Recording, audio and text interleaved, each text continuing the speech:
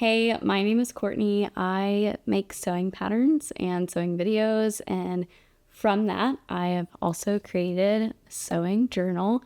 So today I figured I would walk through what the sewing journal is, how to use it, and all of those things. I have wanted to create this journal for a while. It came to me because I was just thinking about what if I had opened my mom's sewing box of all of the beautiful things that she has created over her life, especially as I was young.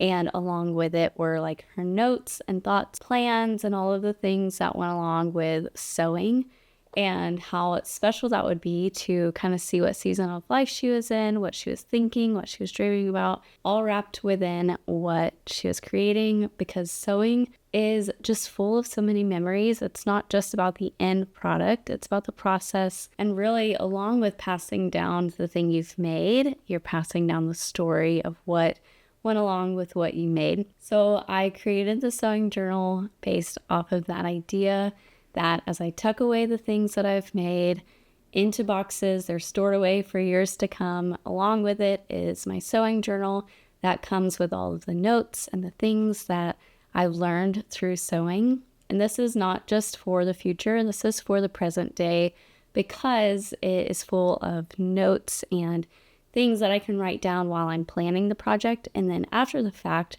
so that I can look back and see all of the things that I want to maybe change or improve upon for next time, or maybe things that I liked about the pattern or whatever I made that I want to remember. You know, those little notes that come to you as you're making something like, oh, I can't forget that. I need to write that down. I'm a huge fan of writing things down and taking pen to paper, and I have just so many notes scattered all over my sewing studio. And so now I have one place to put all of my notes, and that is in the sewing journal. So this is the gingham cover. And I also have the blue floral cover. On the inside, you're going to find a sewing glossary, a place for a shopping list, a place for your stash so you can see them all together, a pattern inventory list so you can keep track of all the patterns that you have so you don't have to go searching through your stash. There is a place for women's measurements, men's measurements, and children's measurements. There's a few for each. So when seasons change, you have friends you want to sew for, or your kids grow, you'll have places to put all of those measurements and keep them together. There's empty spaces for mood boards. This is where I like to print out lots of photos, cut pictures out of magazines, and tape them in here. Just create this mood board of what I want to create, colors that I'm really interested in. This is a great way to plan your projects. So maybe they're cohesive if that's something that you like to do, or just kind of dream and come up with creative ideas. And then the bulk of the journal is based around sewing projects and planning your sewing projects seasonally. So there is spring, fall, summer, winter. I said those out of order. There's a section for that so that you can kind of look ahead of what you want to sew in these seasons. So if you want to sew for the fall, maybe you want to start in the summer. And if you want to, plan ahead. And that could be just what you're kind of planning for the seasons.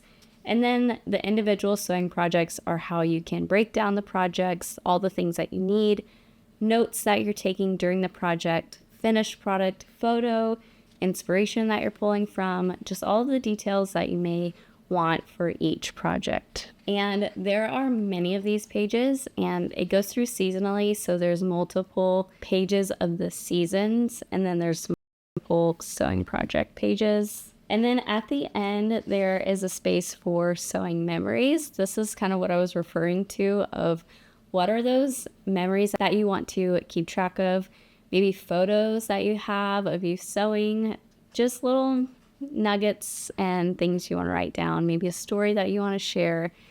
I just feel like that is a special place to hold those memories, especially since sewing, I feel like, is a niche thing. You don't always share those stories with maybe other people, but to have them written down is special and very important to look back on. And there's also blank pages at the end for inspiration. This is just blank pages for when you want to jot down something, draw something, doodle, just get your imagination going and your ideas on paper. And my hope is that through this journal, it's something that you can look back on for years to come, that it helps spur on your projects right now, and that it inspires you to get to sewing and to making all of those things that you've dreamt up. I thought it would be fun to give away one of the journals. I'll give away a gingham one and a blue floral one. So comment below which one you would choose, and maybe if you want to share a special sewing story with me, I would love to read about it. I would love to hear that. So comment below. I'll pick a random winner very soon.